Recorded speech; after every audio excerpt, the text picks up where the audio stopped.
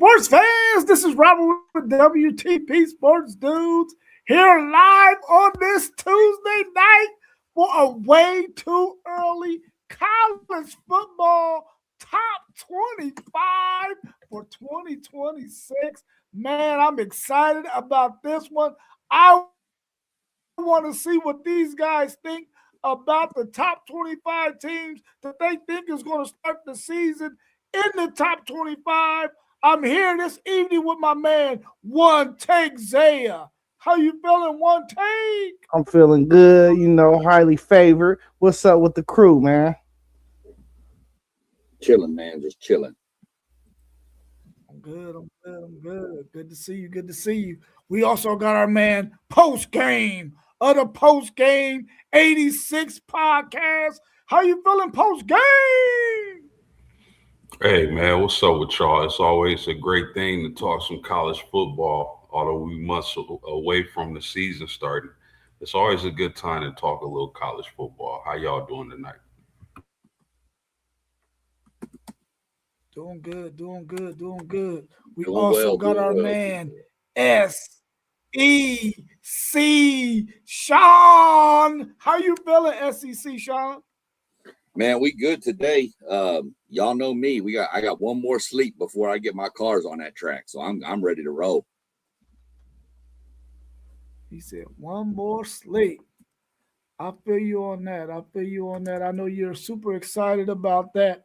Why don't you go ahead and kick us off real quick with story time, and then we'll get into some other things before we talk about this way too early college football top 25 for 2026. So I had a buddy of mine that was an atheist, and he was out in the woods walking, and all of a sudden he got started chasing by a bear. Man, he take off on a run. Look back, bear catching him. He's still going. Look, the bear, he tripped. Bear right on top of him. Grab him with his left paw, bring up his right arm. And the guy said, "Oh my God, help me." And the guy, all of a sudden, everything stopped.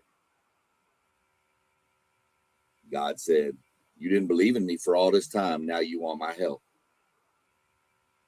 He said, "You're right. That would be pretty hypocritical of me. But can you do me one favor and then make the bear a Christian?"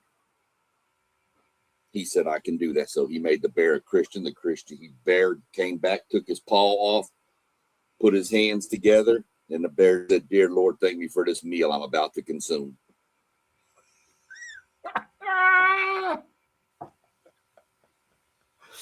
That's a good one. He thought he was about to get off, didn't he? Boy. Oh my God. Come on, Zay. You know it. Oh man. What do y'all think about the situation with the player from Alabama in basketball? Now the ruling is that he cannot play. Do you think they're going to take those games away from Alabama? What do you feel about that situation altogether? Real quick, I hate it because the dude was eligible when they beat A&M. Now, I mean, he only had like 5 points, but they won by 3. So eliminate his points, we win the game. So I'm mad that it happened now. It probably happened right before they played Texas because y'all be paying judges and stuff down there to give y'all the benefit or something. The hate is real, folks. The hate is real. This the way it should have been. They ain't gonna take them games though. They the one that gave him the temporary whatever, to let him play in the first place. So they ain't gonna take the games. But it's cool though. Like, they should do that with everybody. He was a professional, bro. He played in the G League. Them G League dudes get called up all the time. I haven't heard anything. You said a player from Alabama. A basketball player for Alabama. It was the Charles Bediako guy. He was on the Alabama team a couple years ago, and then got drafted, went to the G League, and wasn't, I guess, doing anything in really, and so decided to go back and re-enroll with Alabama, and they gave him eligibility. And now they're taking it away. Wow. Wonderful world of college athletics, ain't it? That is, man. All of us should apply. Right. All four of us should apply. They got what do you call those people? Team assistants entering the transfer portal. That's absurd.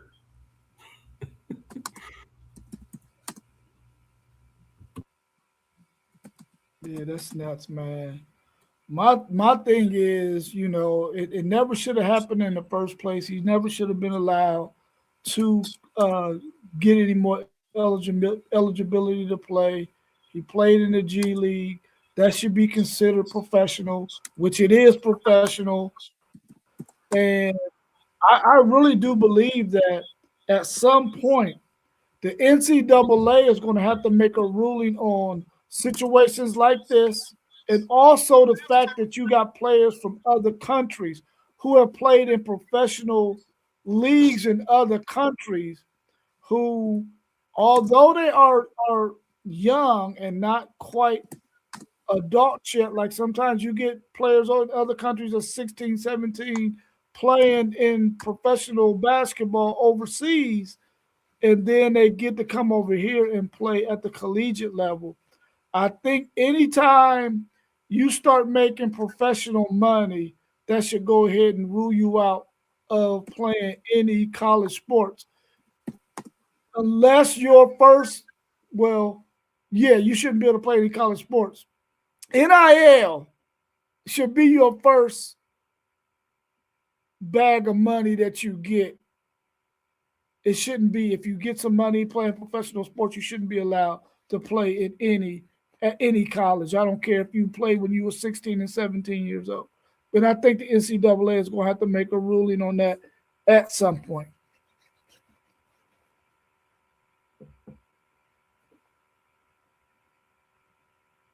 Anything else y'all want to cover before we jump into our way too early top 25?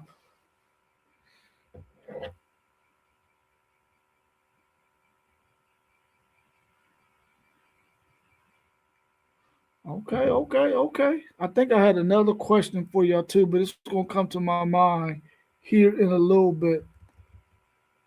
Let me scroll through here and see what we got in the chat. Right, all right. Cool. What about that quick recap on that Kansas-Arizona game? Oh, yeah. Did any of y'all catch that game? I didn't catch that game last night. But Kansas ended up pulling it out at home over Arizona. I think they won by, 4? Was it 72-58, something like that? Without Peterson. Without Peterson, wow. Yeah, he didn't play. He had the flu. Yeah, man. That I told y'all that Kansas team is going to be scary in March. But they always end up losing in March, man. It's on some weird stuff. That's the only thing. But they know. I think he been doing this strategically for real. He wanted his team to figure out how to play without him. You know what I'm saying? Just because it's like he iffy. Sometimes he be cramped up, all types of stuff. You never know. When you get to March, you might have to win a game or two without him. Yeah, what's Kansas coach Bill Self? Yeah. Undefeated in Big Monday night or Big Monday games. So, I mean, y'all know I think the world of Arizona, which that didn't deter my thoughts on Arizona at all, because you got to think they just they ripped off 23 straight and against some elite ball clubs. I mean, big Monday night game against Kansas at Kansas. They bound to lose, but I mean, I felt like Kansas was really physical down low. I thought their bigs played very well and contained Arizona's bigs. Then I gotta say, like, I think Arizona played their worst game and Kansas played one of their better games, and they only lost by 4. Now, I like this Kansas team a lot too, but I think neutral court or Arizona's house, I think Arizona wins. But great victory for Kansas, and I do believe they'll be a force to be reckoned with come March Madness time, especially if Peterson is able to play. My goodness. You know what's funny?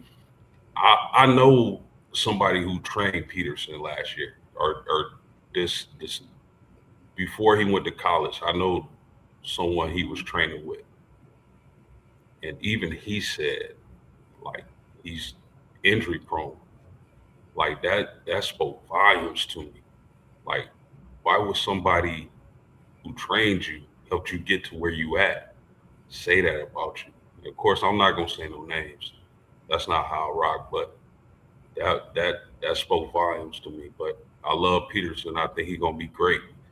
I just hope he's able to stay healthy.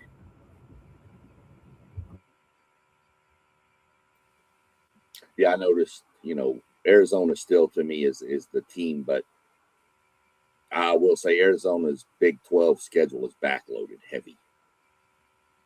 They still got another matchup with Kansas coming. They got Tech coming up, I think, this weekend. Then they go to Houston in the midweek next week. So, and then they got Iowa State, I think, in Arizona. So they're backloaded with all the big dogs of the Big 12s. But I still think Arizona's the team to beat. Don't get me wrong. But if I'm Arizona, I'm kind of wishing I had a couple of these games maybe back in January at some point, spread this stuff out a little bit. But it is what it is.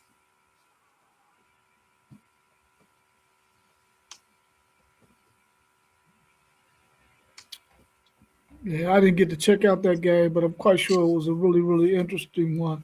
And Arizona probably had to play bad in order for them to lose to Kansas without Peterson. That's for sure. That's for sure. Let me say this real quick. Rest in peace to our man, Chris Gilbert, former running back at Texas, the very first running back in college football history to ever rush for 3 consecutive 1,000-yard seasons. A Texas Longhorn was the first to ever do that. Rest in peace to Chris Gilbert.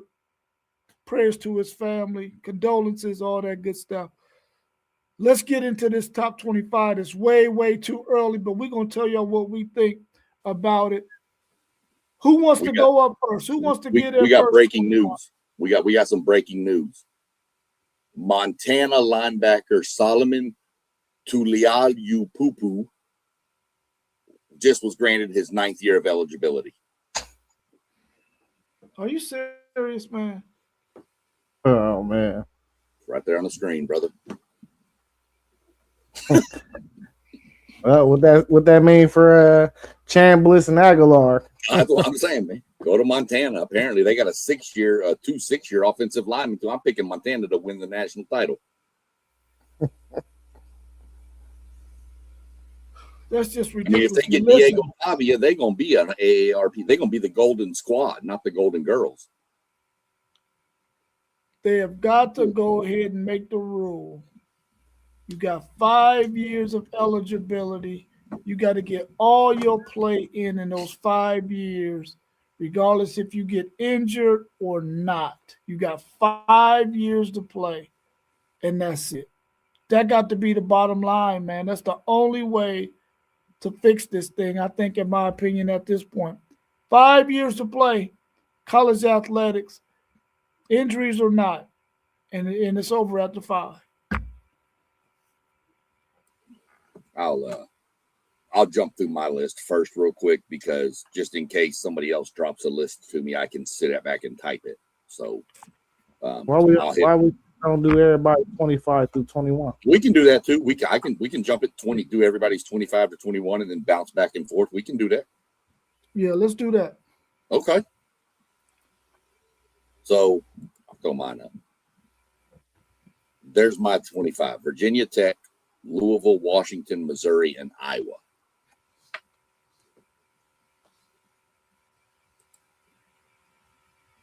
What convinced you to put Missouri in your top 25? Their running game. Because they're an SEC squad. Don't even start that. I made sure that every one of my groupings has an SEC with a Big Ten school, just so they're.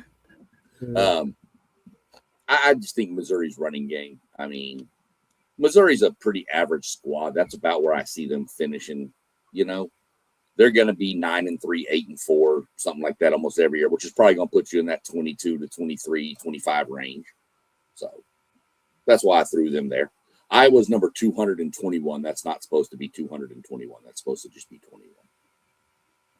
The reason why I asked, because I was right on the fence with Missouri for my top 25, and I didn't give them the break because I felt like last year, even though they had them ranked to where they were with that running game, whenever they played the juggernauts, even though their quarterback did go down and they was on their fourth-string quarterback at some point during that season, I just really didn't feel like they were a team that should have been ranked in the top 25. And I'm thinking that's probably going to be the case again this year, like it was this past season and the season before. So that's why I didn't quite put them in my top 25. Well, and my theory was 25 to 21 is kind of that team where you can kind of put some flyers, I think. Like, we don't know what Virginia Tech's going to be, but they did bring a lot of the kids from Penn State, which are pretty good recruits, and he's a good coach. So, you know, we'll see. And they're in probably the weaker of the football conferences, to be fair. So, that's why mine looks like that. I'll throw. Next one is going to be yours, Robert. Yeah, I have Virginia Tech at 25. I'm thinking that Franklin will be able to have that team ready to compete. He got a lot of players that he took away from Penn State and from their high school recruits too. So I think they're going to be a decent team. I couldn't see myself putting them any higher than 25 though.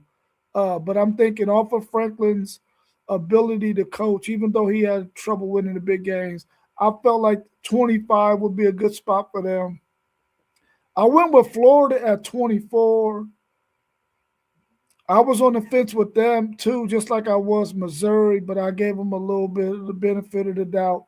And I think that coach might be able to get them in the top 25. So I put them at 24. Houston, I put at 23.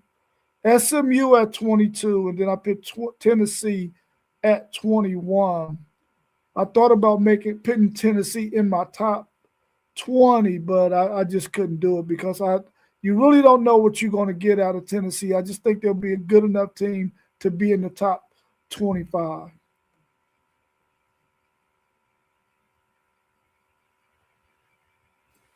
Any thoughts or questions from y'all? I'm shocked you got Florida in there at all. And Tennessee, I mean, is Aguilar gonna be able to play or is he not? That's based off Aguilar playing. That's based off of Aguilar being the quarterback this year. Okay. That is with him playing. Okay. Which I don't want him. I don't want him to get another year eligibility. I don't. But I'm thinking that they're going to give him one. So that's why I'm going with Tennessee there at 25. 21, sorry.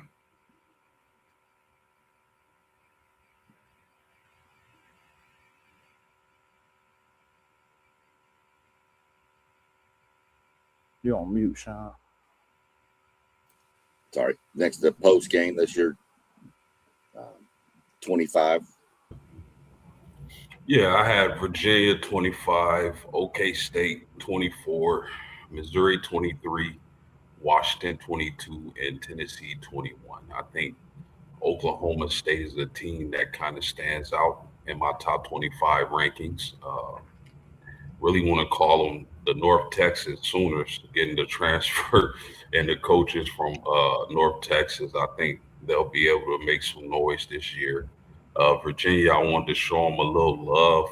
I think they brought back some stuff, and They made a run at the ACC title last year. Missouri, as SEC Sean stated, I like their running game. And Washington, of course, I might be too low on the Huskies, but I thought 22 was a good spot for them. Tennessee at 21, that's assuming Aguilera is able to play this season. So that was 25 and 21 for me. Yeah, I think I'm with you on Oklahoma State. They were outside. I left them outside just because I don't know how those transfers are going to translate from the group of 5 level, the American Conference, right? The American Athletic, isn't that what they're in? Yeah. To the Big 12. So we'll see, but they're in my 25 to 30 range to start the season probably. I was right on the fence with Oklahoma State as well, for the simple fact that they're going.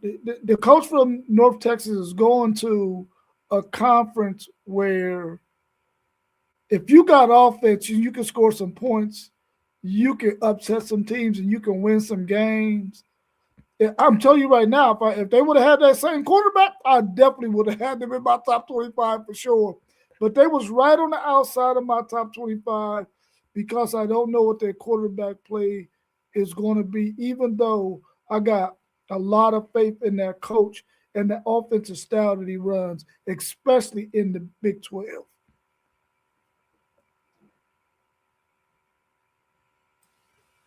Anything, Zay? No? Okay. We're going to roll on into yours then. There's your.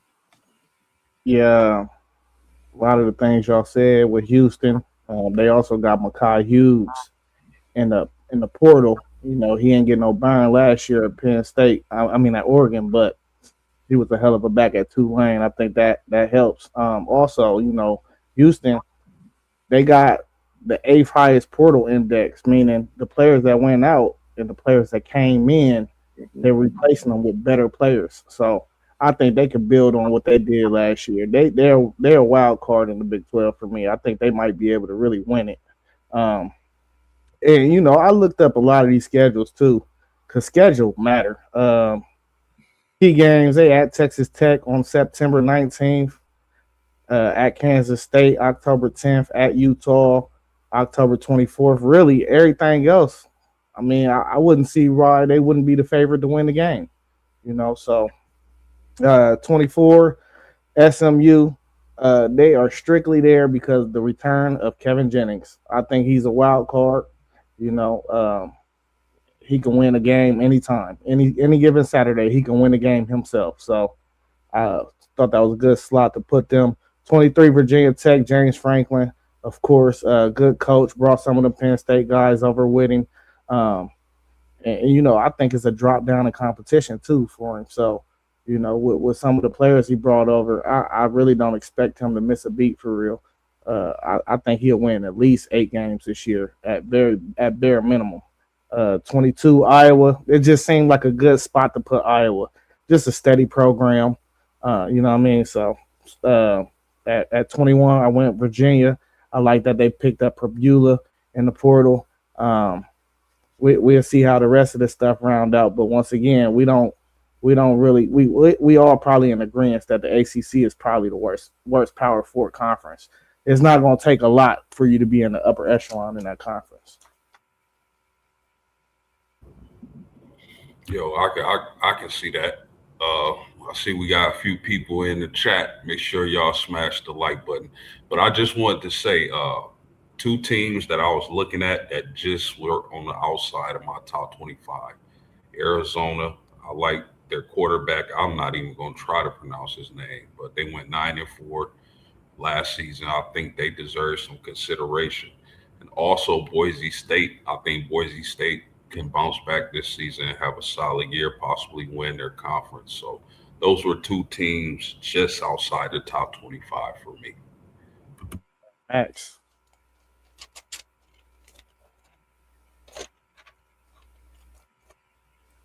Yeah, I got no issues with that one at all. Trying to see where I'm at here.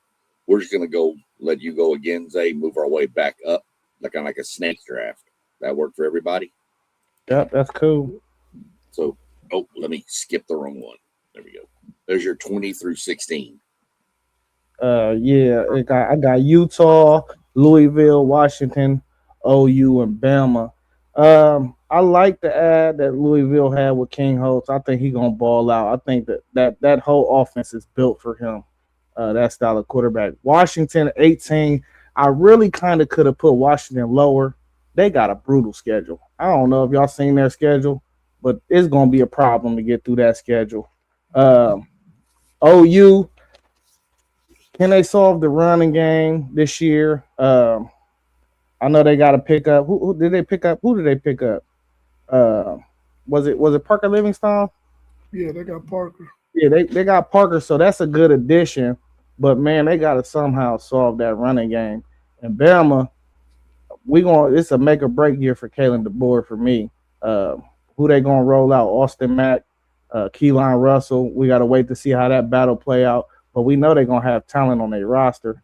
But we just gotta see it from Kalen DeBoer. We gotta see it play out on the field. I think we all probably agree they probably shouldn't have been in the playoff last year, and they was there by default. But give or take, they were still in the SEC championship, so I wasn't really surprised that they made the playoffs regardless. But I did not think that was a worthy team for the playoffs, so I slotted them right there at 16. Yeah, I could see that with Alabama, and I agree with your Oklahoma take for sure. I think I've got Oklahoma a little higher, but we'll get to that in a minute, and I'll explain why. But Alabama, you're dead right. This make or break. If Bama has 3 or more losses, DeBoer's going to be looking. That they won't keep him around if he goes 9-3 or 8-4. Hey, that's why I was telling Griff, don't get too excited about Lane because Alabama might come over this season. Right. But as far as Bama goes with quarterback, it's got to be Keelan Russell too, by the way. If you don't play that kid this year, he's gone. Yeah, you know, a lot of people were saying they like how Mac looked when he came in that playoff game, though, in that last quarter. Yeah. But move on up here to post game. Your 20 through 16 post game.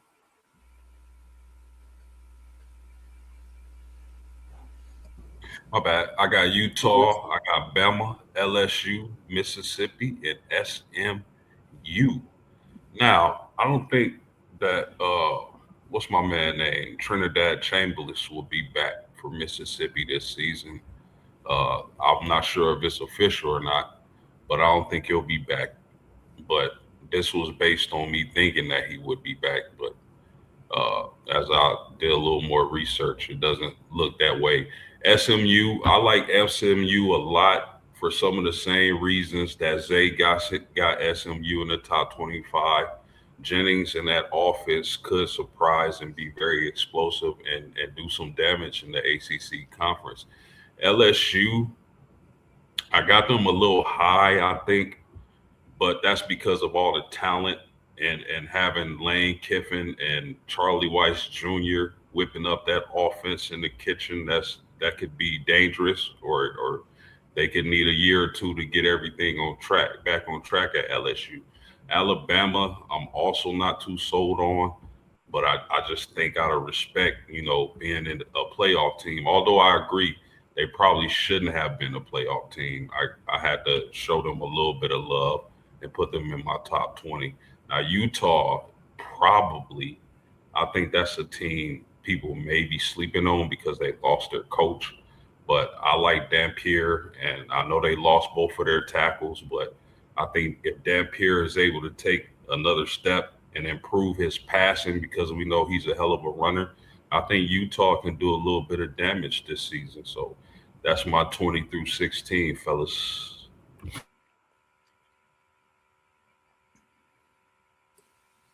Yeah, I got no issues. I mean, LSU, I'm kind of shocked to see LSU that low. Most people, but I get your point. It could take a year for it to gel. So definitely see that. see all that. Move on up to Robert's top 20 through 16. At 20, I had Iowa. At 19, I had Utah. At 18, I had Washington. At 17, I had Alabama. And 16, I had USC.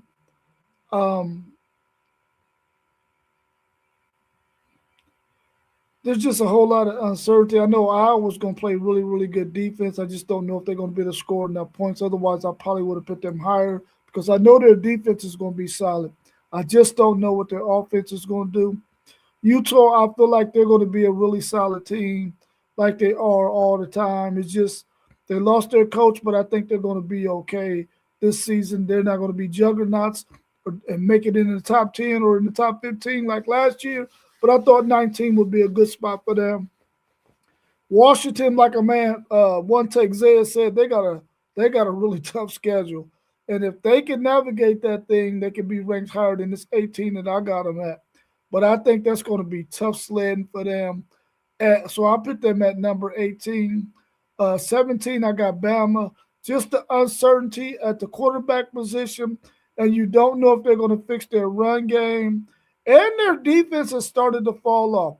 Of course, they got the talent and the players, but it seems like Kellen DeBoer hasn't been able to get the most out of those guys. I really was a team that I felt like should not have been in the college football playoffs, even though they played in the SEC championship game, because I really felt like they were a team that was falling off towards the end of the season. They just happened to have a good enough record coming up on the last 2 or 3 games of the season. And at number 16, I got USC. I feel like offensively they could be really, really good. It's just the uncertainty about their defense, so I couldn't put them higher than 16.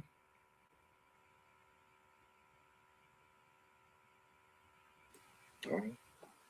Okay. Slide up here to my top 20 through 16. And I went SMU, Houston, Utah, Mississippi, and then Michigan. Michigan could have been a little bit higher probably, but I need to see something from Underwood before I move Michigan up a little bit. Plus a lot of the uncertainty and all the, I know the coaching stuff and all that stuff's got to play something to do with it. I think they came out of it pretty good, but I need to see more from Underwood before I bump them up a little bit higher. SMU, same thing. Jennings, that offense can be good. Defense is going to be pretty, decent. They did make one big pickup I like. They picked up a tight end out of A&M, Theo Melanostrom, number 17 for A&M last year. He's now at SMU. Houston, they got a good portal haul. They also had the number 1 quarterback in the class committed to him this previous year, not in transfer, but the high school kid, Kelshawn Henderson, I think. Utah, lost their coach. Let's see what they can do. Mississippi, Chambliss, I put him there based on he's not going to play. And some people will say that's too high if he doesn't play, but Deuce Knight ain't no slouch. Deuce Knight's pretty good.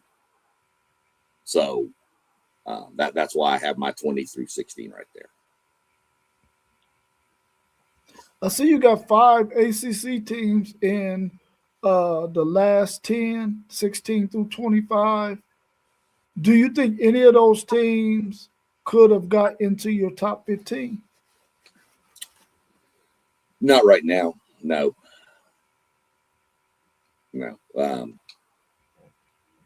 I don't see it. Maybe a lot's going to depend on what Virginia Tech actually looks like when they hit the field. They'd probably be the one I would say that would probably make the run up, but we'll see what happens with them. So I just think the ACC is going to fill the bottom half of the top 25. I think they'll have some ranked teams, but I don't think they're going to have that. They're not going to have even the Big 12, the Texas Techs, the BYU. They're not going to have that kind of stuff. They're going to pretty much fill in the bottom half from, say, even 16 down, 15 down, if you want to go 15 to 25. I think that's where you're going to find a bulk of your ACC schools. You'll have some, as we'll get to here in a minute, that are higher than that, but it's just how I look at it.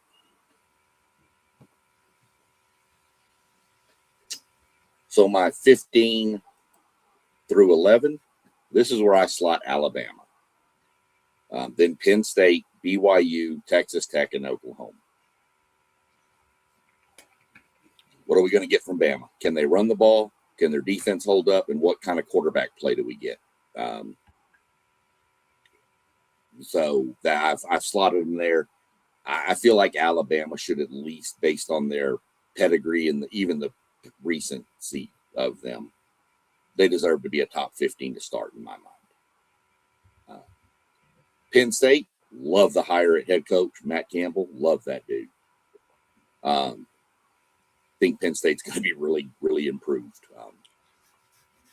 BYU is going to, I think, take a step. BYU could even be a little higher based on what they're bringing back. They've got their running back, I believe. The quarterback was a true freshman last year. But they still have to prove that they can beat Texas Tech to me. And that's why I've got Tech ahead of them. I know Tech got Sorsby, and that's fine, but Tech lost a pretty good amount off that defense. And then they had some good portal additions, don't get me wrong, but Tech needs to figure out their offense a little more, to my mind, and to me. We saw that in the playoffs. Their defense played phenomenal in that game, but they got tired, and Oregon just cooked them. Oklahoma, I like Oklahoma's defense still. I think that's what keeps them here. If they find a running game, as was mentioned earlier by Zay, if they find a running game, Oklahoma flies up this list if they got their defense, that if the defense plays like it did last year. So there's my 15 through 11.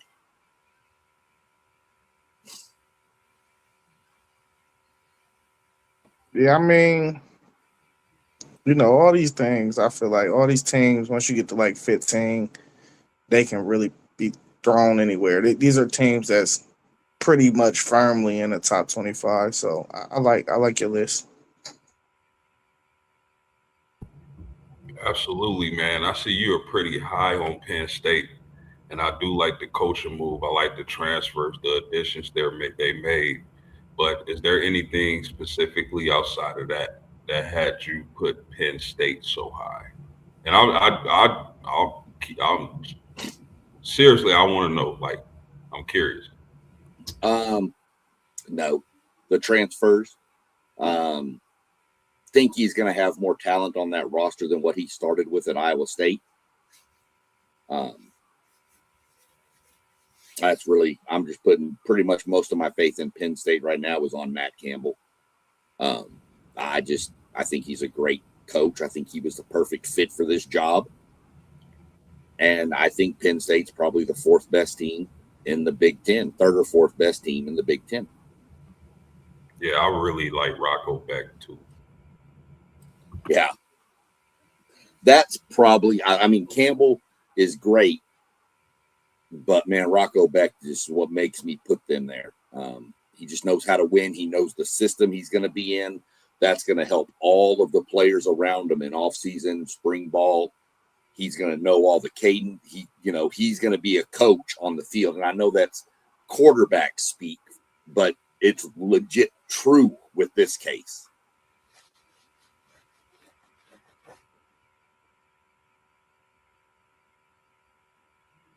Roll on down here. Let me see. Should be Robert next with his 15 through 11. At 15, I had BYU. At 14, I had Penn State. At 13, I had Mississippi. At 12, I had Michigan. And 11, I had LSU. I really feel like BYU is probably going to be the second best team in the Big 12, which is going to allow them to have a higher ranking over some teams that they're probably not better than.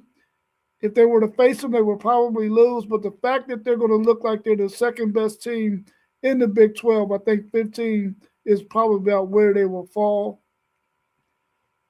Penn State, because of Rocco Beck, is the only reason why I had them there. And I really do feel like Matt Campbell is a perfect Big Ten coach. The way he wants to play football fits the style of Big Ten football. And that's one of the reasons why I got them at 14. Ole Miss, I feel like they're going to have a lot of that talent back that they had the year before that did not go to LSU, and they've gotten some guys in the portal. They were able to keep their running back. I think they're going to be a pretty decent team, but I don't think they're going to have the kind of season they had last year, but I think they'll be good enough to be 13. Michigan, because of their quarterback, in another year older, I think they're going to be able to open up the system for him, because I think if they go back and look at what he did last year, when they allowed him to play, he did really, really well. He was able to make some plays. He was able to do things and look good. And I think this year they'll be able to open it up a little bit more for him, being that he'll be a second-year quarterback. So I really like that Michigan team, and they're going to play really good defense under Cal Whittingham.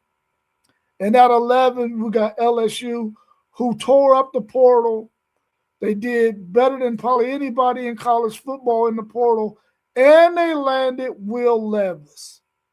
I think the fact that they got a really, really good quarterback, even though he had a lot of injuries last year, I think Will Levis is destined to break out.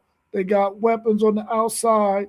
They'll probably have a decent running game. Hopefully their offensive line will be good enough to make some things happen. But I really like the fact that Lane Kiffin is there, Weiss, and that offense will be really, really good and keep them in a lot of games. It won't be dormant like it was last year, that's for sure. So that's why I got LSU at number 11.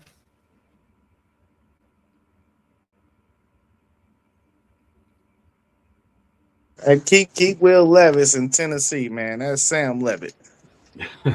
Oh, yeah. I always mess that up, don't I? Hey, bro, he be seeing ghost stories when he say that name. I know, man. I know. Sam Levitt. Yeah, hey, man, listen. Hopefully Will Levis can land him a spot somewhere and be a backup or journeyman somewhere. Let me ask y'all a question. Just if y'all had to pick both these quarterbacks who are available, and you can have your pick, would you take Levitt or Rocco Beck? Oh, I'm taking Sam Levitt all day.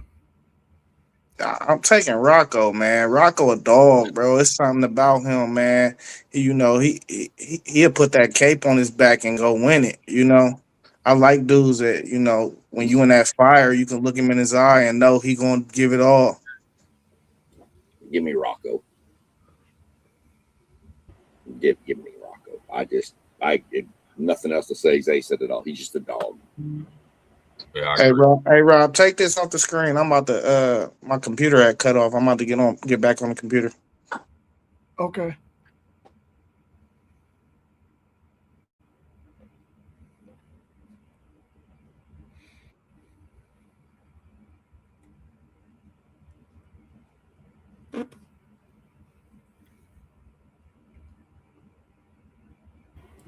Post game 15 through 11 right there.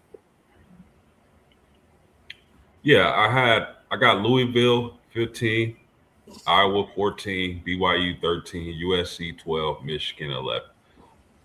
Fellas, I like this Louisville team, man. I like the Brown brothers. I think they're hell of a coaches.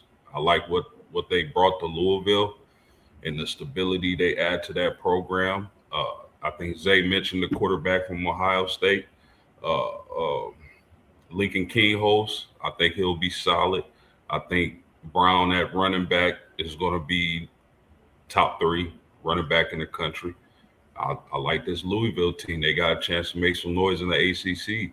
Iowa, what more can I say, man? It's steak and potatoes. It seems like every year they find a way to be at least a threat. And they'll have a quarterback battle, heading into the spring, heading into the fall. We'll see who wins that job. BYU bringing back their coach, bringing back a lot of players. They got a tech problem. We'll see if they'll be able to overcome that. USC, I think is now or never. Well, I shouldn't say never, but USC is set up to finally make some noise ever since joining the Big Ten Conference. I like what they brought back, the type of play caller they got at head coach.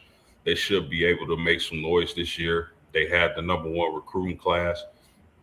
And let me add, I think their #1 recruiting class is more from quantity than quality. I think they signed a truckload of players. And it's not a knock, but I think there were better high school recruiting classes this year than USC, but kudos to them. But I think they make a jump this year. Michigan at 11. I know some people may think that's kind of high, but I love what I believe Kyle Whittingham is going to bring to that program. We all know what they've been through. I think he's going to add some credibility to the locker room, some stability. Him getting a lot of transfers over from Utah. I think more so than talent, I think it's the culture that those players are going to bring to Michigan to help him turn it around. And we're going to find out if Underwood, which I believe he is going to make a jump. And I think he's with the right coach and coaching staff to kind of put him in position to make plays and put him in position to be a better quarterback. So I'm high on Michigan this year. That's my 15 through 11. So, quick question here. Kind of the same thing you hit me with Penn State. What, besides the steak and potato thing with Iowa, why do you have, what makes you think Iowa's in the 14? Because you take their head coach, you know what he brings to the table consistently. I believe they're going to be able to run the ball and play that same stingy Iowa defense. Now, we're going to see who's going to win the quarterback job at Iowa. But, if we talking rankings going into next year, man, I just like Iowa, man. I like their style of play. I like how they play football. Midwest style. The Midwest got the last how many championships? 3. I believe that's going to continue, baby. No issues at all. Just was curiosity. I haven't seen their schedule. I haven't looked up theirs. They hit gold with the Big Ten. Did they? I know, Northwestern got killed. They got a 3-game stretch where they're at Michigan. Then they got Ohio State at home, and then they go to Washington. But outside of Iowa State in the early part of the season, man, they should win all those games. Okay, that's a plus then for sure. Yeah. Okay, no worries. Let's see here. Run down to your 15 through 11. Yeah, I went 15. I went Penn State. Another team that hit gold on their schedule. You looking at USC on the 10th of October. Then they go to Michigan, and then they're at Washington. So that's really the 3 games. That USC game probably would be the whiteout game. So you never know what happens on the whiteout games. But Rocco Beck, he's just a monster, bro. I feel like him being quarterback at Penn State will make them win at least 8 games out of just looking at their schedule. So I got to put them up there in the hunt and the contention of making the playoffs. 14, Michigan. Whittingham, he brought over his OC, Jay something. I can't, or what is his name? He brought over his OC and DC. I can't even think of his name, but I'm just comparing the offense that I seen last year with Dampier, and then we gonna just throw the young Lamborghini in it. I just got to think that offense is gonna be a whole lot better, just because I think the Lamborghini throws a better ball. Period. Even though he don't got no touch and no feel on his throw, he still throws a better ball than me. And we know what that Michigan defense is gonna look like. And Whittingham brought over 2 of his studs from Utah, John Henry Daly and Smith Snowden. So that's going to bolster that defense as well. At 13, Texas A&M. I felt like I was going back and forth with Texas A&M. I feel like I could have put them a little bit higher. They got Craver still. What was the receiver y'all got in the portal?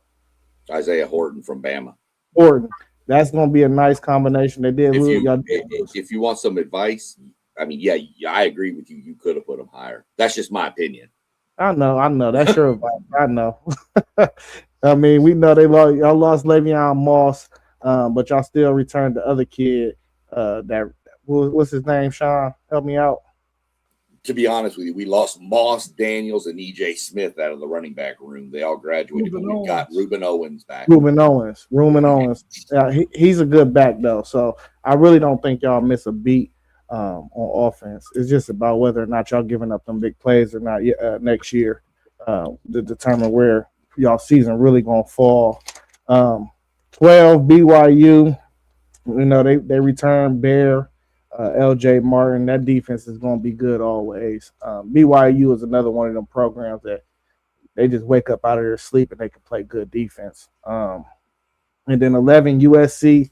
This was another tricky call for me because it's Lincoln Riley is in the same boat as Kalen DeBoer for me. Like, this is a prove-it year. You done had everything, all the resources that you can possibly have. We're going on year 4, I believe. You return your quarterback, who probably is going to be a top 2 round pick, in Miava.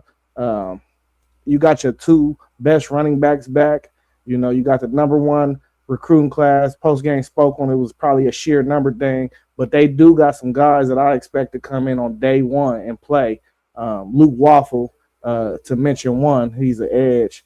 That dude, we was recruiting him heavy out of Ohio State. I wanted him so bad, but he ended up at USC. I expect him to be a dog from day 1. So you got all these resources, man. You gotta make something shake. They got a pretty favorable schedule too, for real. So I mean, they got Oregon, Penn State, and Washington and Ohio State. You skipped out on Indy, so they got IU. They got a brutal schedule. They got IU too. So you playing the top 3 teams in the Big Ten, at least according to last year. You know what I'm saying? So I don't care though. You USC, you should be one of them teams too. So, you know what I mean? I noticed you mentioned Lincoln Riley and him being in the same boat as Kalen DeBoer. If they do not finish in the, let's say, the top 2 or 3 in the Big Ten, can you see USC going in a different direction? No, I think they give him another year just because he signed the number 1 recruiting class. But I mean, if I was the man calling the shots, I'm getting out of there now. Especially if the right coaches hit the market next year.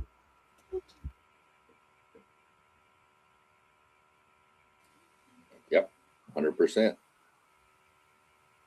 Anything post on those or move on? You good? Yeah, I don't see anything wrong with this at all. Me neither. Well, I did, but we'll move on from there. All right, 10 through 6. This is probably going to be Big Ten heavy for all you people. Oh, this is me, ain't it? Yeah. It ain't Big Ten heavy, man. It's just how I feel, man. That's all. I got you. 10 Ole Miss. This is based off of Chambliss. I still think Chambliss is going to get an injunction just because I know they're appealing to state court.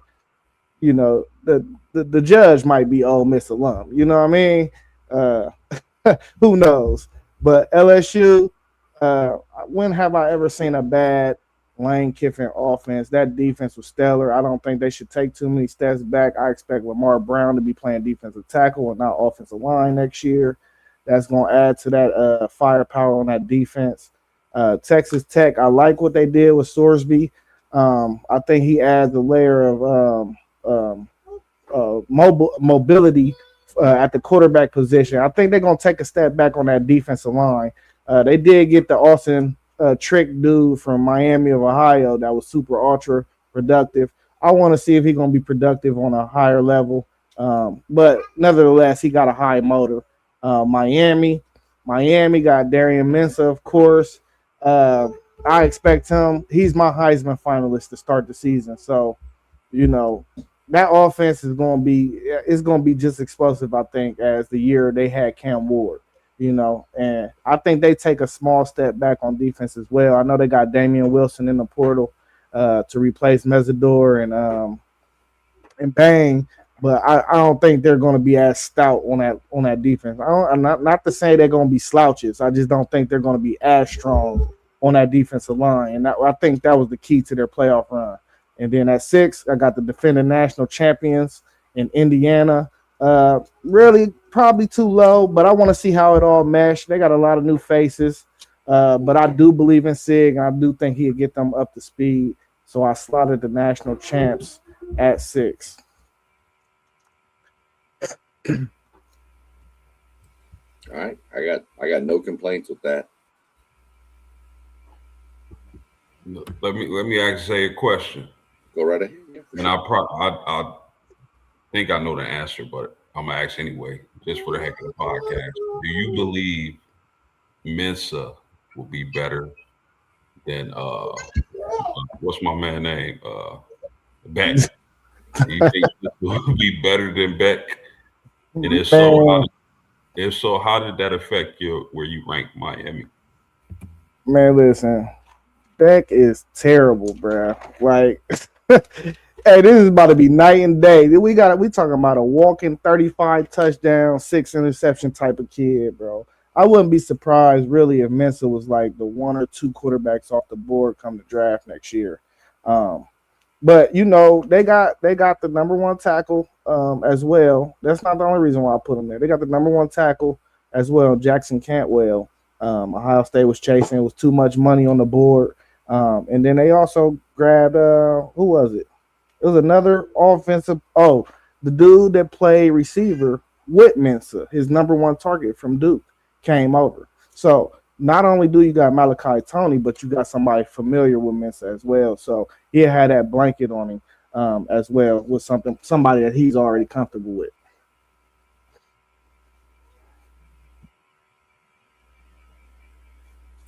All right. Move on up. Post games 10 through 6. There we go. Yeah, fellas, I had Texas A&M at 10, only because of SEC shine.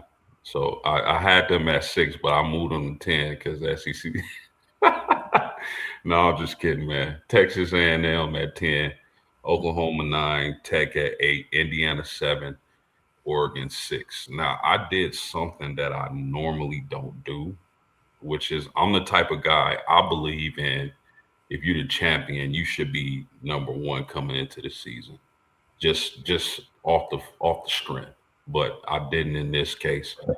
Texas A&M at 10. I mean, a lot is going to shoulder on Marcel Reed and the type of improvements he's going to have this season if he can become a better football player. And if he becomes better, look out. 10 may be too low for A&M. I like the transfer portal moves they made. Of course, I'm a huge believer in Mike Elko. And then at 9, I had Oklahoma. And listen, man, I believe if Mateer is able to stay healthy, they'll do better than they did this past season. If I'm not mistaken, he was probably the Heisman favorite before he had that injury. So I think, you know, a lot's going to ride on John Mateer, but to open the season, I believe they're a top 10 team. Texas Tech, listen, one thing about Tech, I believe, and a lot of people believe, they have the best general manager in college football. And we all know about the money they can spend and to attract players in this NIL era. Indiana at 7, again, I strongly consider giving them the 1 nod, being the national champion, but I'm going to move them to 7. I think they'll be an elite team. I don't know if they're going to repeat this coming season. I do like the portal moves. We all know Cignetti's formula now, you know, with the, you know, getting veteran players, elite portal, transfer portal class. not so elite high school class, maybe in the 30s or 40s. I can't remember. And then Oregon, I would have them higher, but I like the other teams I had 1 through 5 better. But I would not be surprised if at going towards the end of the season, Oregon is the top 2 or 3 team.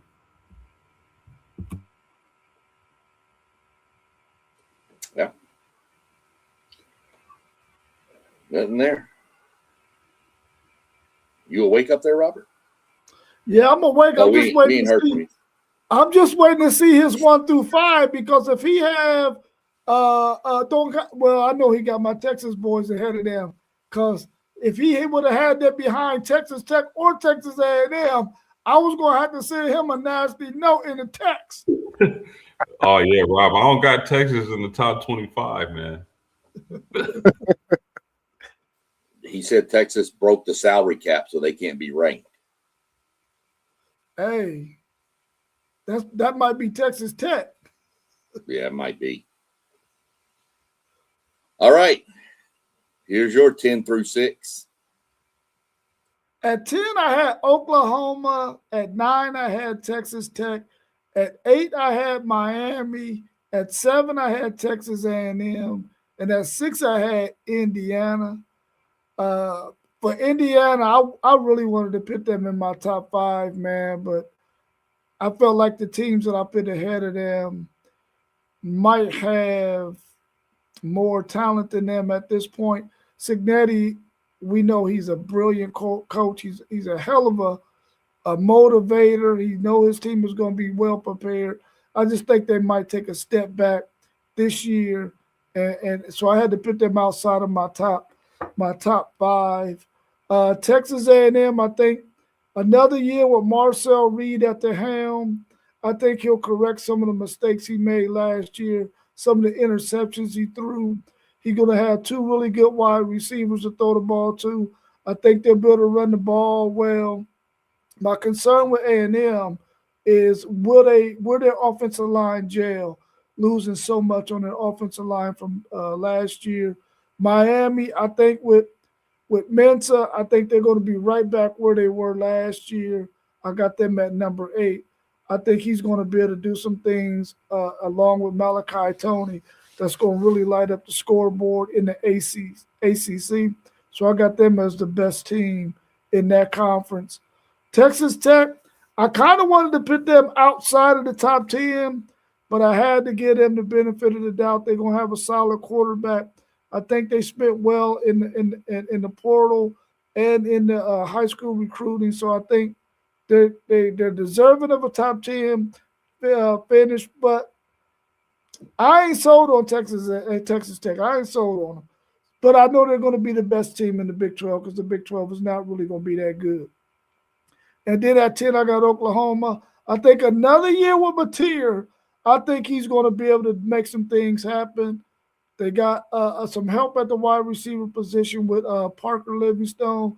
I think they're going to have a better running game. They had a really young offensive line. I think these guys who played all of those games last year will be a lot better this year. And we know they're going to roll out a really, really good defense.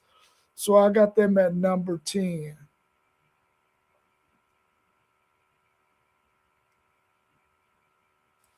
All right. Nothing from me. Anybody got anything for him? No? Everybody good with his? Just a question, Rob. Oh, this post game too. I don't know if y'all had a chance, but did y'all see OU schedule? Brutal schedule. I personally didn't take schedule into consideration because these are just hey, that's fine if you took it another way, but how I took it is going into the season, like, preseason, like going into the season. Yeah, I get what you're saying. Yeah, everybody, it was just like how me and Sean used to do roads. We both had our different perspectives of how we came up with the rankings. Just a random question though, but it is brutal. That I kind of base mine off of what I see and how a team is going to play out their schedule, kind of, and then I try to average it with the talent on the roster as well. Now there's Hold 100%. on, Zay. You saying the SEC team has a brutal schedule? Man, listen. Hey, let me read you They the do. schedule. I mean, I just wrote down the key games, but they at Michigan, they at UGA, they got Texas, Ole Miss, and Texas A&M, all teams that was fighting for a playoff berth or was in there. So, Well, yeah, that's brutal. That's brutal. here's the thing that didn't even Yeah, get mentioned. Texas has this problem too. Texas and Oklahoma both play 4 games, get a bye week, and then they run 8 straight weeks. Yeah, that's tough. Yeah, But the good thing about Texas, though, is they only got 4 road games, bro. yeah, but Facts. 8 They got games a in a neutral row site and 4 road games. don't matter. 8 games in a row. Hey, if 4 of them is Hey. at the crib, You started the game? 5 of them at the crib, we cool. Hey, I ain't gonna front though. That's brutal. That is brutal. Yeah, it's brutal. I'm just giving him some the Big Ten SEC thing. Yeah, he was giving me some smoke for the SEC.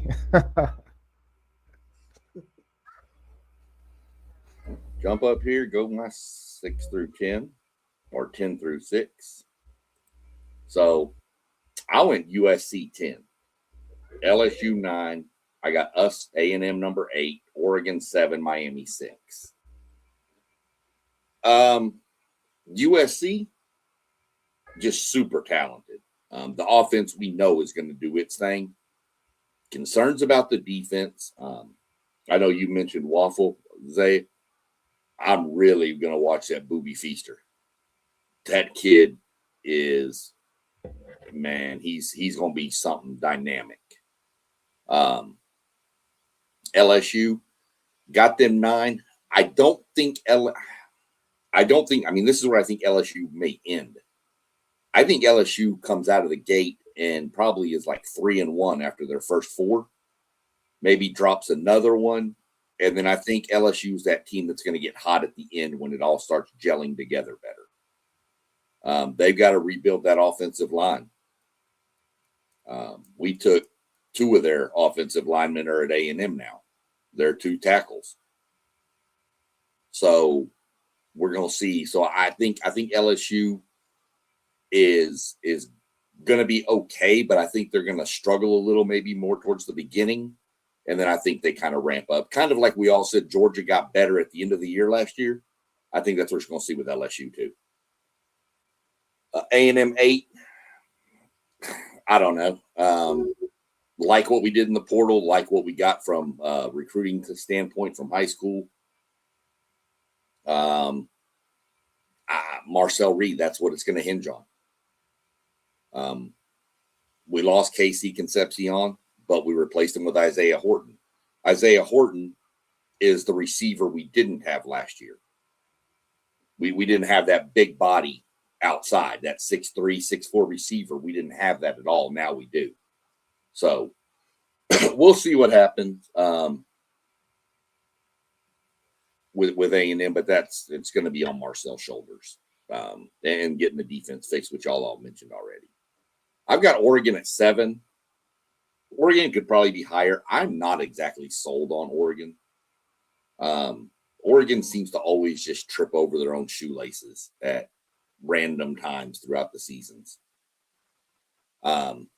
We'll see what they do. They got their quarterback back, so that's a big plus, but I'm just not as sold on Oregon as some people are. I am more sold on Miami than some people. I like Mensa going over there. I like the receivers they've got. I like that offense. Miami's concern to me is going to be the offensive line. They're losing quite a bit off that offensive line too. Defensive line, they're definitely losing some guys on defense, but the difference with that I see is they got Jason Taylor coaching the defensive line. He's pretty good. So I think Miami will be okay. I think they're going to take a step back, but I don't think it's going to be a giant step back. So that's my 10 through 6. So SEC, you think you like this year's receiving core at Texas A&M better than last year's? Yes. Mhm. Yes. Interesting. Not even close. Loved Concepcion. Loved Craver. Both were kind of the same style receiver. Shifty, quick, fast, give them in space and let them run. You've got Craver back. You've got ABR, number 3, Ashton Bethel Roman, who had a couple of big games. You got the big body in Horton now, and you've got some studs coming from the recruiting class. And you also have Mr. High School 3 years ago, Terry Bussey, Mr. Texas High School Football Player of the Year from a little 2A school who ain't done nothing since he's been in College Station. He's got to have a breakout year coming up soon. So I will tell you a name to watch out for Texas A&M. It's a running back named Tiger Reardon, something like that. Watch that kid. That kid's a thumper. You gotta get his name right first so we can watch. I can't even, man. Look, I have trouble with my name. All right, so don't even start. That's my 10 through 6. My top 5: Georgia, Indiana, Ohio State, and Notre Dame. Oh, Texas. I don't know. I can't read it. I have trouble with names. Y'all already know that. So I can't read that number 2. It's fitting that they're number 2. I don't know. It's just what I'm looking at. I think Notre Dame is the number 1 team in the country going into it. I think Carr made massive strides last year from week 1 through. He only going to get better. They did lose running backs, but I don't think Notre Dame's going to struggle to find somebody to run the ball. I think the receivers are going to be better this year, and that defense is going to be good. You've got probably the best cornerback, shutdown corner in college football, in my mind. Texas, number 2. Texas got all the talent in the world. Can they put it together? Can they stay healthy? Can the offensive line for Texas be better? They got Cam Coleman out of the portal. Okay, number 1 receiver. That's good. Wingo's got to step up. He can't be dropping 12 passes a year. Sorry. Offensive line, like I said. And I'm curious what the defense is going to do. The linebacking room is super strong. I have no issues there. And the D line's going to be pretty good itself. So Texas has no issue. If Texas struggles this year, there are going to be some serious Sarkisian questions. This should be Texas's. Not saying they're going to win the national title, not saying they're even going to make the championship game. But if Texas does not make the playoffs this year, Sarkisian is going to be run out of Austin with this roster. Ohio State, to me, Ohio State needs to be top 5 damn near every year. Super talented roster, super talented team. Losing a bunch, but it's Ohio State. They're going to reload like all your bigger programs do. Indiana, I've got them 4 for the Cignetti factor. I think they're losing a lot. I know it's got to be kind of a retool. I trust Cignetti to retool it, so I've got them 4. I agree with what all y'all said about they should, to be the man, you got to beat the man, starting number 1.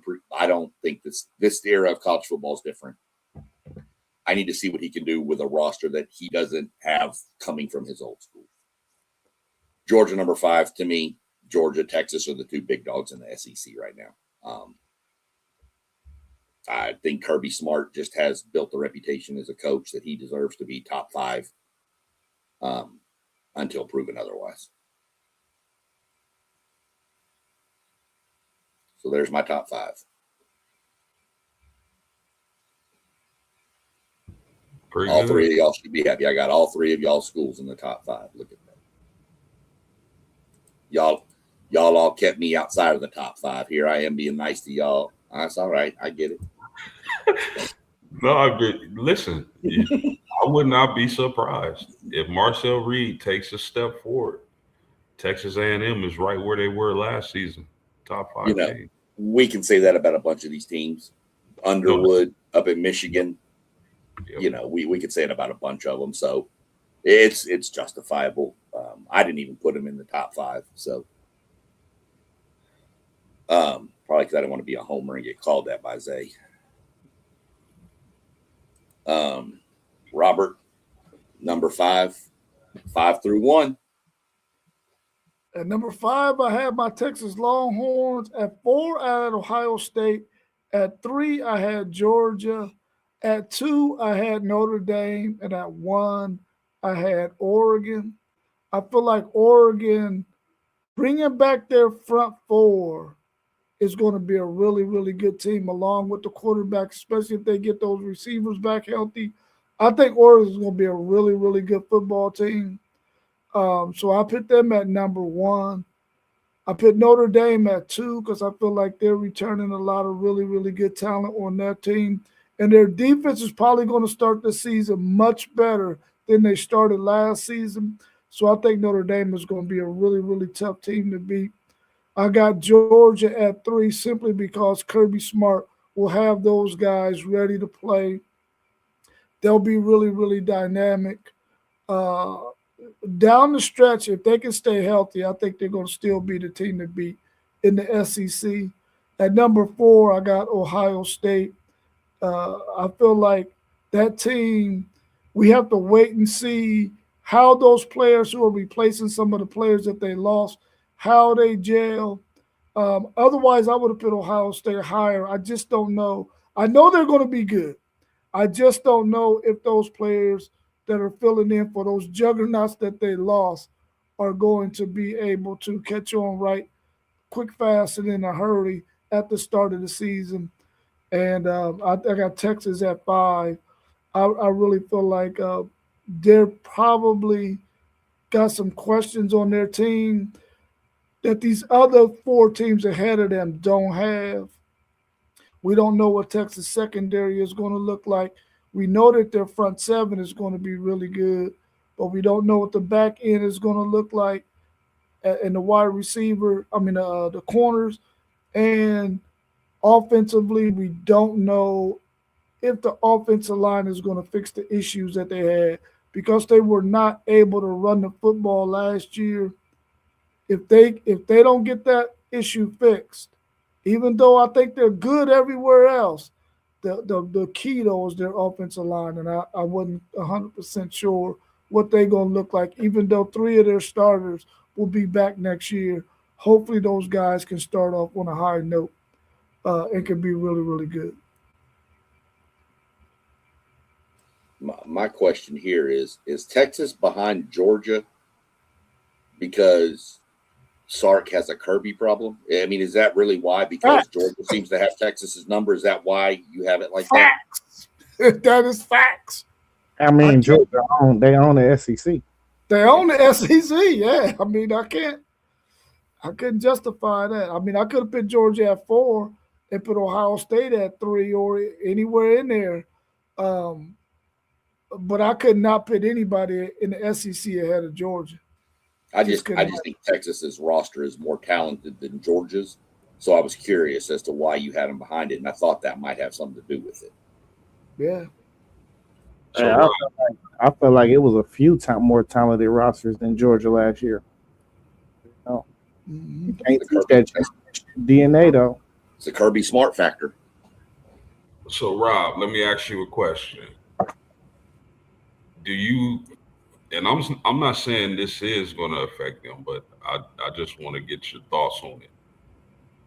Do you believe Oregon losing both their offensive and defensive coordinator is going to have any effect on them? Oh, it's definitely going to have an effect on them at the beginning of the season. I believe it's going to have an effect on them.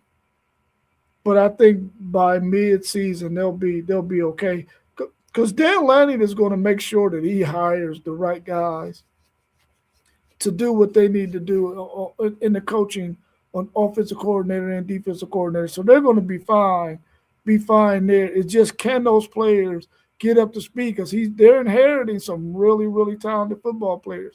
And I think the fact that these guys are older players is going to help those coordinators out a lot.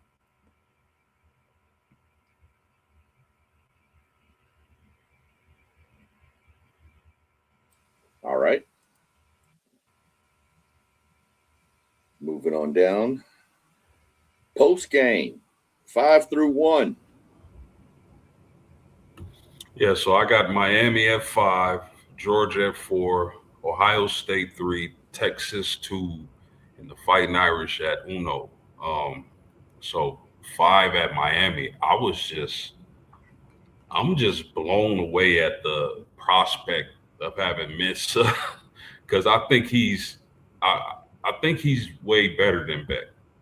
So I'm kind of blown away at the prospect of seeing Mensa with Tony and I think Zay spoke on the transfer from Duke at wide receiver to give him that camaraderie to start off. But I know they lost those bookends, but Jason Taylor is there. He knows how to. If he don't know nothing else, he know how to get after a quarterback. So I'm really high on Miami this season. I think they're gonna be a scary team. Georgia, Kirby Smart. I think he wants to get back in that championship race, man. I know they've been a perennial playoff team, but he hasn't won a championship in a few years now. I think he's going to be hungry. Gunnar Stockton, I'm not a huge fan of, but I think having another year on his belt and getting that season, and I think he's probably going to have a decent season. Ohio State, man,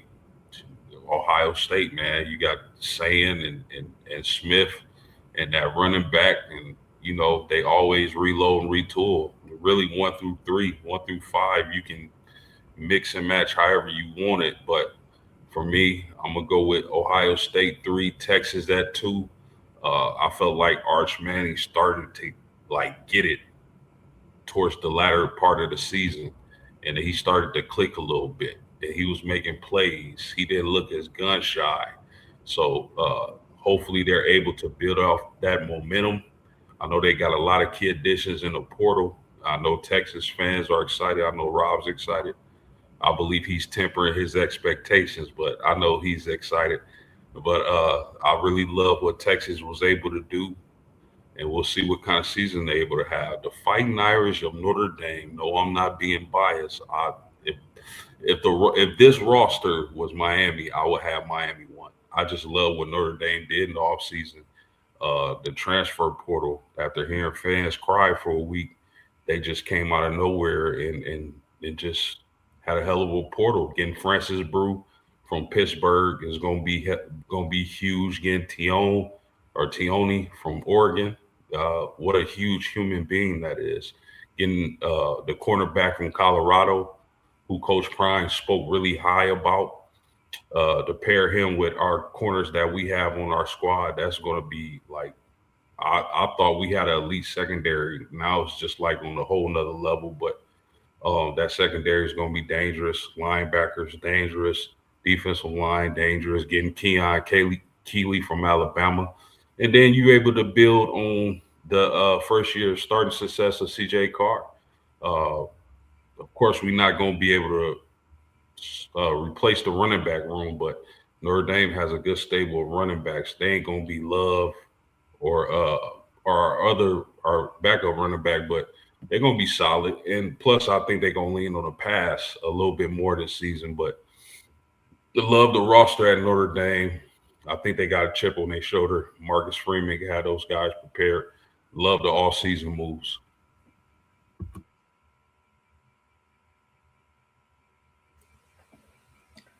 Nothing for me. Drop down in here to Zay. Top 5 right here. Oh, I was saying that was a good breakdown. It wasn't really no questions left. He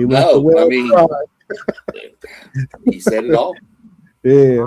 But 5, Texas, outstanding portal haul. Raleigh Brown, Hollywood Smothers. They got the boy Melvin Siani from Wake Forest, who's probably going to come in and start right tackle for them. They could move probably Brandon Baker into the guard position, where I think he fits a little better. They got them other 3 returning starters. Now it's just about developing. And I think, Sean, you said it, man. Arch Manning just looked like he stopped caring at the end of the year, towards the end of the year.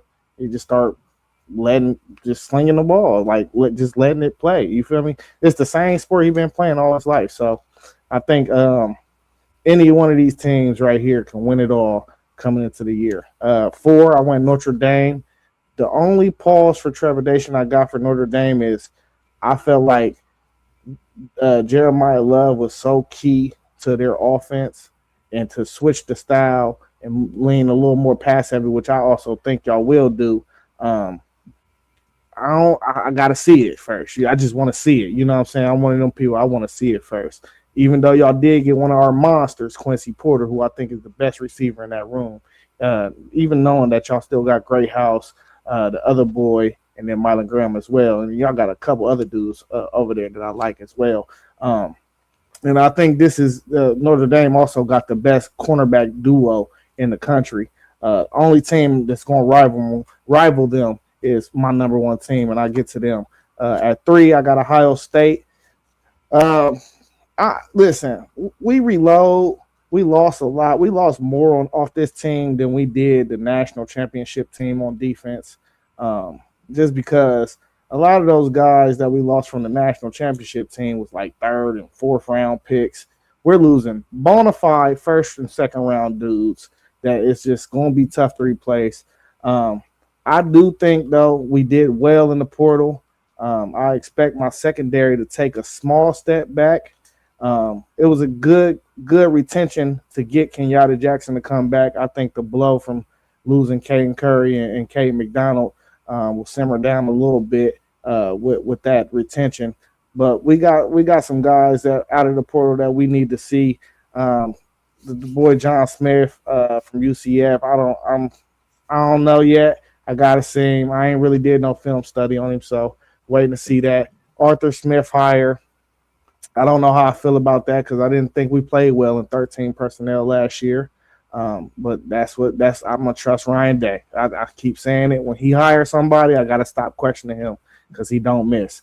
2, I got Georgia, Stockton. I like the Isaiah Cannon pickup from Georgia Tech receiver. You pair him with Luke Humphreys. I think they can develop a couple more guys in that position room. You return both your running backs, which was very key for them. Frazier and Chauncey. But this is the same Georgia team. Somebody gonna have to dethrone them before I let it go, and that's just how it's gonna go for me. Oregon, I heard post game mention the worry about the OC and the DC being replaced. I don't have as much worry because the OC was the co-OC for 4 years, and then the DC was a co-DC for 3 years. So they just promoted within. I don't think they really miss a beat. They're teaching all the same stuff. They get Evan Stewart back to pair with DeCorian Moore. They got running backs. They got linemen. They got everything on their team. And like Rob said, they return their front 4 on defense. And then I think Finney Jr. was probably one of the best, if not the best, freshman cornerback in the country last year. You pair him with Naeem Offord, and that's just a nice tandem. Both of them was freshmen. Finney played a little more than Offord, but Offord, when he was on the field, I thought he played well as well. So they just got 5-star dudes everywhere across the board, just like Notre Dame and Ohio State and Texas. All these teams in this group, for me, all got the same rosters. Like you splitting hairs. Now it's just coming down to who's going to execute and who's going, who's going to just take it there. So I like all these teams and their chances to win it and take it all this year.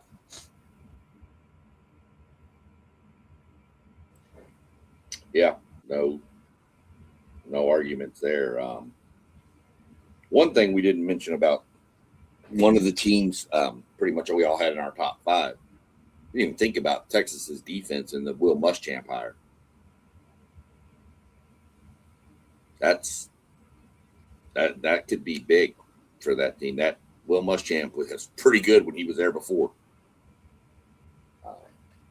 Didn't even mention the exciting thing about having Will Muschamp is we know that on 3rd and 4 and 3rd and 6, Texas is not going to be 20 yards off of the wide receiver like PK was doing.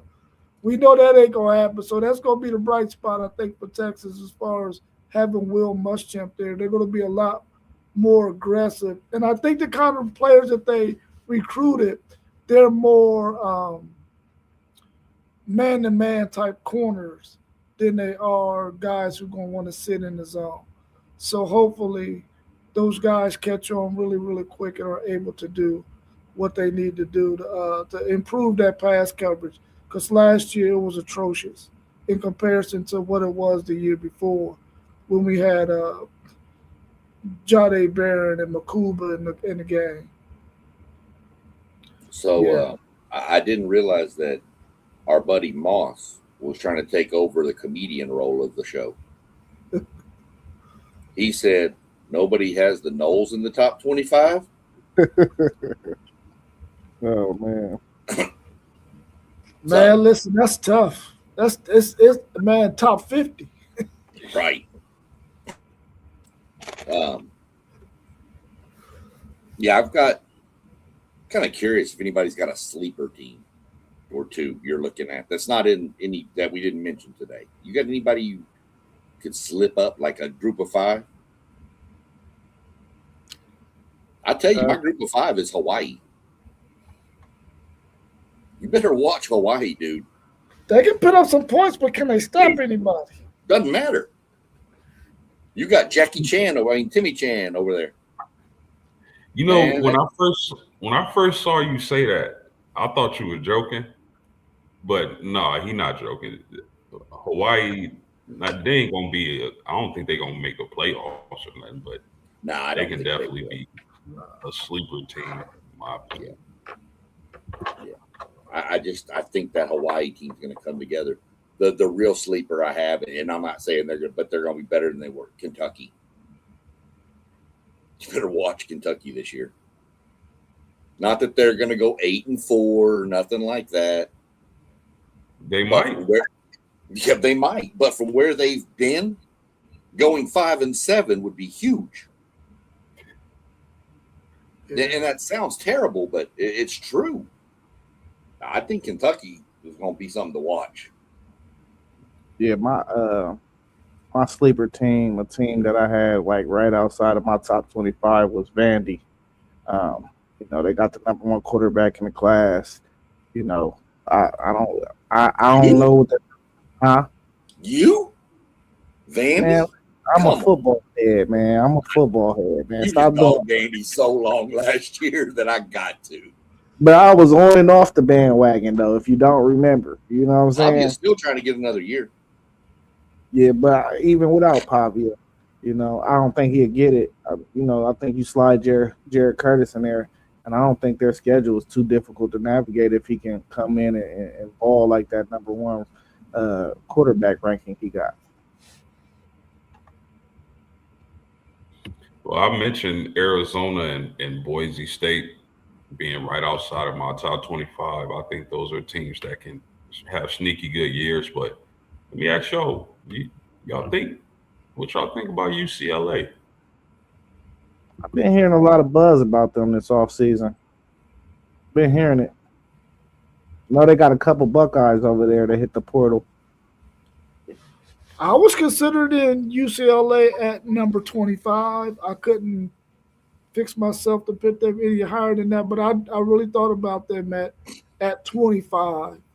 I like the way they finished their season. Well, they had a stretch run in the season during last year, and I think that if they could capitalize on that, they could be a really good team. They just happen to be in the freaking Big Ten, where we already know they got 5 or 6 teams that UCLA probably is not even going to be able to close to even touch it.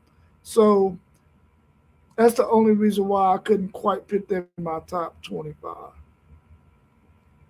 Yeah. Yeah, I agree with that. I've heard buzz about them, but you move UCLA to the ACC and you get a lot more buzz out of them, I think. I just think where they're sitting is not going to do them any favors. I don't know what their schedule looks like, but you're in the Big Ten, so you're probably going to at least get 1 or 2 of the big dogs on your schedule. Yeah. Speaking of the ACC, I was the only one who did not have Louisville in my top 25. What can y'all tell me that I'm missing? Why? Tell me why y'all got them in y'all's top 25 and what I'm missing. Isaac Brown might be the best running back in the nation. Getting keyholes from Ohio State. And then the Browns, man. The Browns are hell of a coaches, man. I like what they building at Louisville. So I think Louisville's going to just line up and give it to you every game. I think they're just one of those teams. They don't, let's line up, let's play. I mean, not that they're as good as in Indiana, but it's kind of the same vibe where whatever, let's play. And the coaches are good. The running back's good. Their defense is opportunistic. They have to me, the defense has to make plays taking the ball away. But they did it last year. Yeah, listen, I like to navigate schedules. I think their schedule is very manageable, especially me knowing as a Buckeye guy what type of baller King Host is. You pair him and Isaac Brown together, man, that's a scary RPO. It is scary. Only thing I haven't checked two ACC teams in my top 25, so I might be tripping. I only had 3: Virginia, Miami, and Louisville. You ain't too far off. Oh, y'all had SMU, didn't y'all? Oh yeah, SMU. Yeah, that's right. 3. Yeah, I don't. Like I said with mine, I think I had the most ACC. I have to look back at post games. I haven't, but I know I had like 4 or 5 ACC teams in there. Like I said, they're all most of them are at the bottom of the pecking order. So, hey, I do want to mention, I think this is the year we'll probably see a 3-loss team make the playoffs. Didn't Bama have 3 losses? I mean, that was a conference championship. Oh, conference. Okay. Oh, you saying going into regular season. Yeah. Because just going through a few of the schedules, man, it's some teams that got such killer schedules that 3 losses is just not going to keep them out. I can agree with you on that because with the SEC, with the favoritism that they get and the fact that they went to a 9-game conference schedule, I could definitely see the committee giving them the benefit of the doubt with a team with 3 losses for sure. I mean, it can happen in the Big Ten too because it's going to be both of those conferences are going to be tough, bro. It's going to be possible with my Buckeyes, man. That's for sure. Your schedule is brutal, bro. It's brutal. If we don't win at Texas this year, we could very much well end up with 3 losses. Yeah, I'm running through our schedule. Our schedule's not real easy itself. Our advantage is we get our bye week late, so that helps us. But the only way a 3-loss team is getting in is it's a Big Ten or SEC. There's no, you're not getting 3 losses from any other conference. And there's just that's no offense to anybody that watches this from any other conference. You're not getting a 3-loss ACC team or a 3-loss Big Ten or a Big 12 team in. You're just not going to happen. It's just not. You're probably getting 1 bid from each of those leagues, possibly. Again, I mean, that's just the nature of it. That's the way I see it.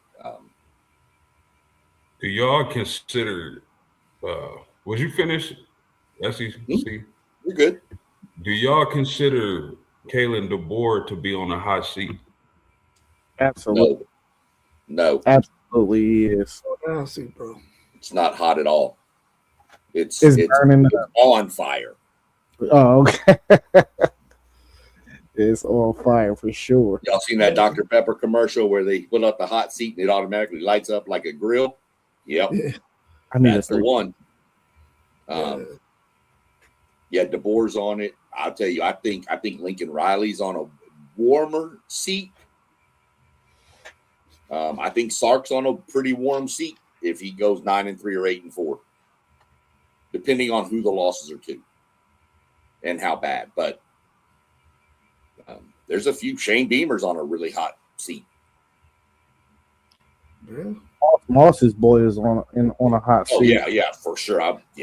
Moss's boy shouldn't even have a damn seat. He's already been fired. Dabo seat was hot last year. Yeah, Moss boy is crawling. You know how when it's smoke, you gotta crawl, so you don't inhale the smoke. Yeah. Right. Yeah. Stop, drop, and roll. Yeah. It looks like he's already stopped. I think he's fixing to drop and then roll. So right on out the door.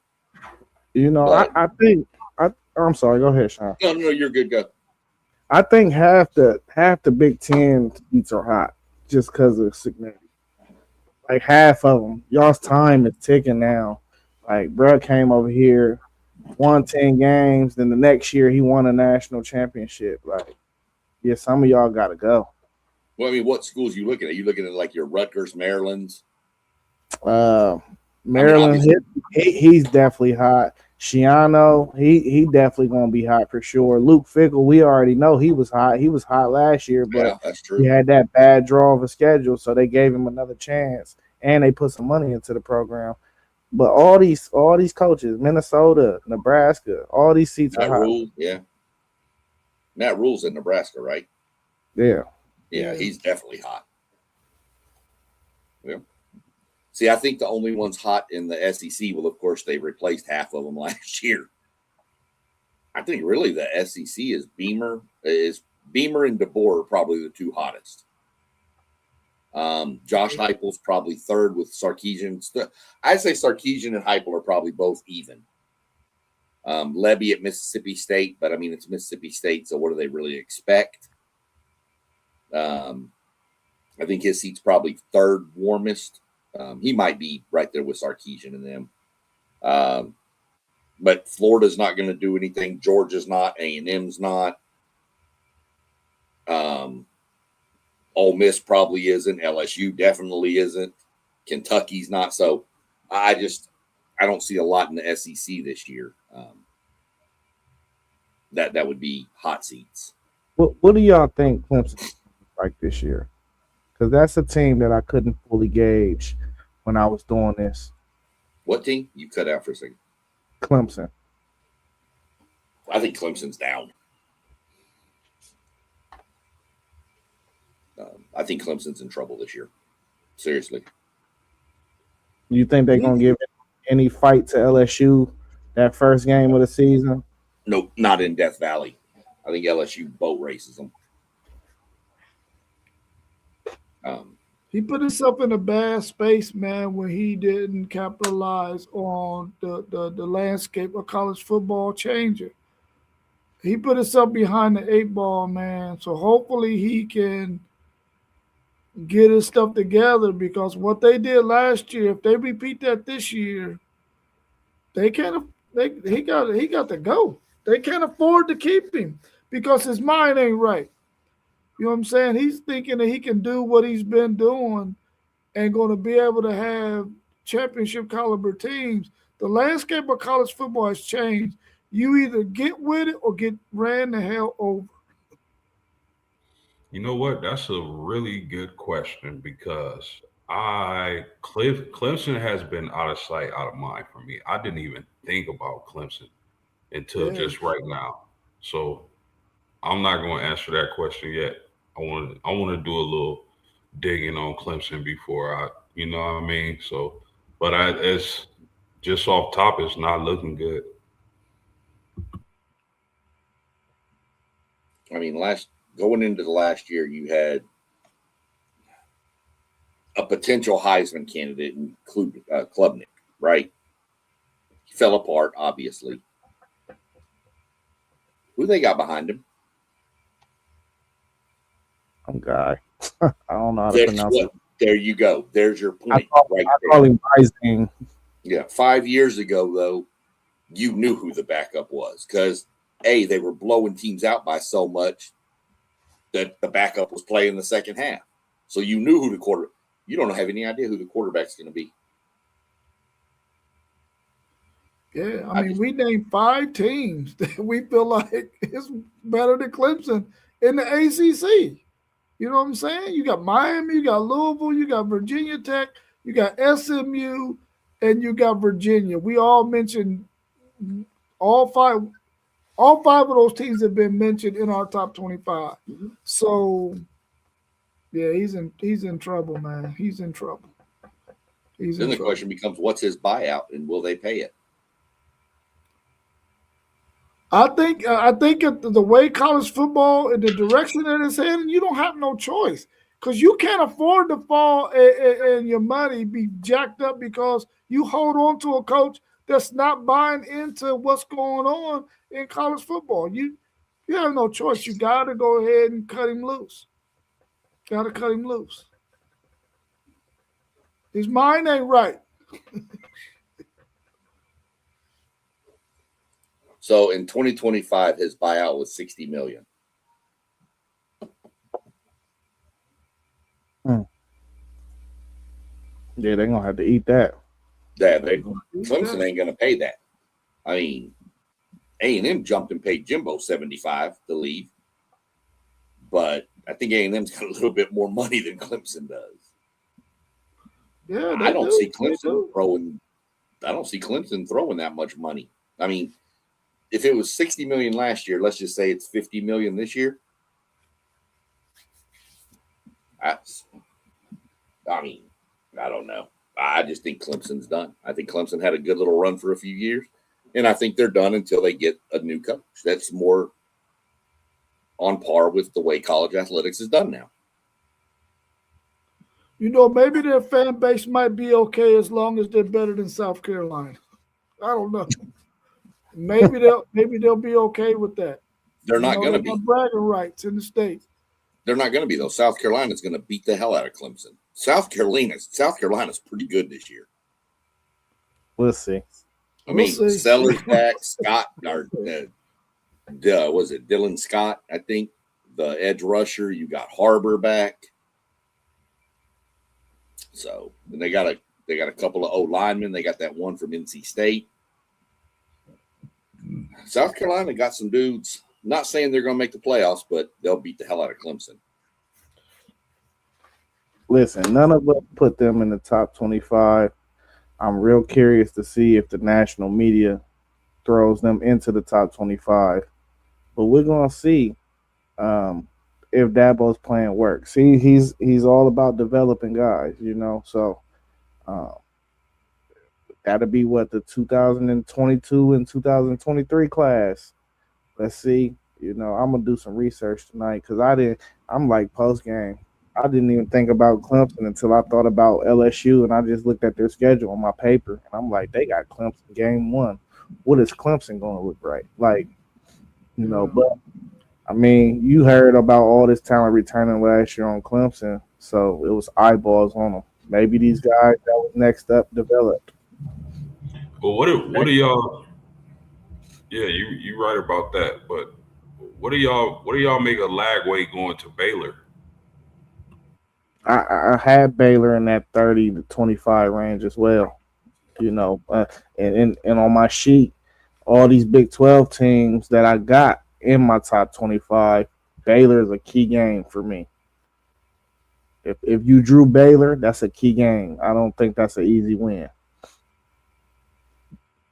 If he can come back 100% healthy, man, DJ Lagway can be a monster, bro. But he has to be 100% healthy. They got to get a better defense. Did they fire their head coach? No. They still got Dave Aranda. He got to get a better defense than he's a defensive-minded guy. So hopefully they get a better defense that can stop somebody. But DJ Lagway, 100% healthy, he could be a problem in that Big 12.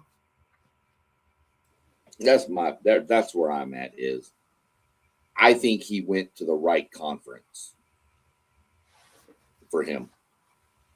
Yeah, we know Tech played good defense and stuff like that. Okay, we got a couple of schools, but we all know the Big 12 has been based about offense. You know, defense optional. I think he's in the right color. Look what Sawyer Robertson did last year at Baylor. I mean, he was putting up killer numbers, and I think Lagway's better than him if healthy. And Florida didn't have a good offensive line last year either, real good. You know, they were okay. They weren't really good. Florida had a lot of injuries too, but I just think Lagway's in the right spot in the right conference and the right team. He's going to get tons of support from the family members of his right there out of Willis. It's only about 2 hours outside of Waco. Mm-hmm. So he's back closer to home. I think it's a good move for him. I don't know if he's better than Sawyer though. You know, you seen he was recruited not throwing that football, not throwing it. You saying he was recruited as a Lamborghini, and we done seen the Lamborghini hit 150 on the highway, but we also seen the Lamborghini, you know, miss a couple clutches too. So I think the jury is out. You know, these 5-star quarterbacks get tricky. There's like a 50% hit rate. So we'll see how it plays out. But I definitely think him being somewhere he could sling the rock 40 times in a game is where he need to be.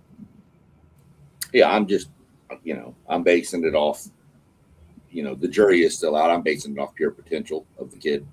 What I've seen him play when he was in high school, watching him play numerous games. Yeah.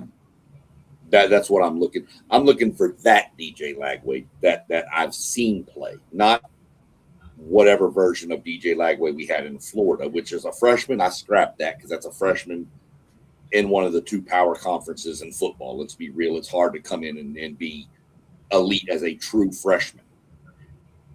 And then I just don't think he was healthy at the beginning of last year. He missed all of spring ball, and you could see it. He had no rhythm with his receivers. He had really good rhythm with the LSU defensive backs. He was really good at finding them. But you know, it's something about having to, because I kind of felt like they was putting a lot of save the Florida program on his shoulder too. I think he get the Baylor. Some of that pressure come off. You could just go ball, man. Just go ball. I think that's what he's looking for is roll the ball out. Let's pick it up and just start slinging it around like we used to. And I think that's going to help him a lot. We'll see. Yeah, I think the key for Lagway is going to be his health. I think Lagway has a lot of potential. If he stays healthy, we're looking at a potential top 10 pick in the NFL draft. But he got to stay healthy. I do like the Baylor move. I agree with Zay that it does. I think it does take pressure off of him going to a school like Baylor, where the expectations probably aren't as high when you compare it to a school like Florida. But I think Lagway stay healthy, man. He gonna make some noise. Yeah. All right, y'all. We're coming up on about 2 hours, man. Y'all got anything else before we wrap it up? No, man. Real good stream, y'all. Real good stream. Yeah, I like y'all's picks, man. I like our version of the top 25 the way we did it, where we didn't like get together off script and like make our own like 25. I like we had everybody to get a mixture of how everybody sees things. I like that. Yeah, we didn't make a composite of everybody. Right. Yeah. Right. Yeah. Well, that's cool. I mean, we could have just used mine. It'd have been fine. Hey, I don't know. We start plotting the NFL draft show too whenever y'all want to do that. We got some time, but beginning like next month, we need to start getting that stuff together. Yeah, I'm going to be live at the NFL drive, so I'm going to jump in and out like that and give y'all some live what's happening, especially if I can get close up in the thing. Sure. Yeah. Hey, if All right, y'all so watch Wheel of Fortune, it's a NASCAR week on Wheel of Fortune. Yeah. Okay.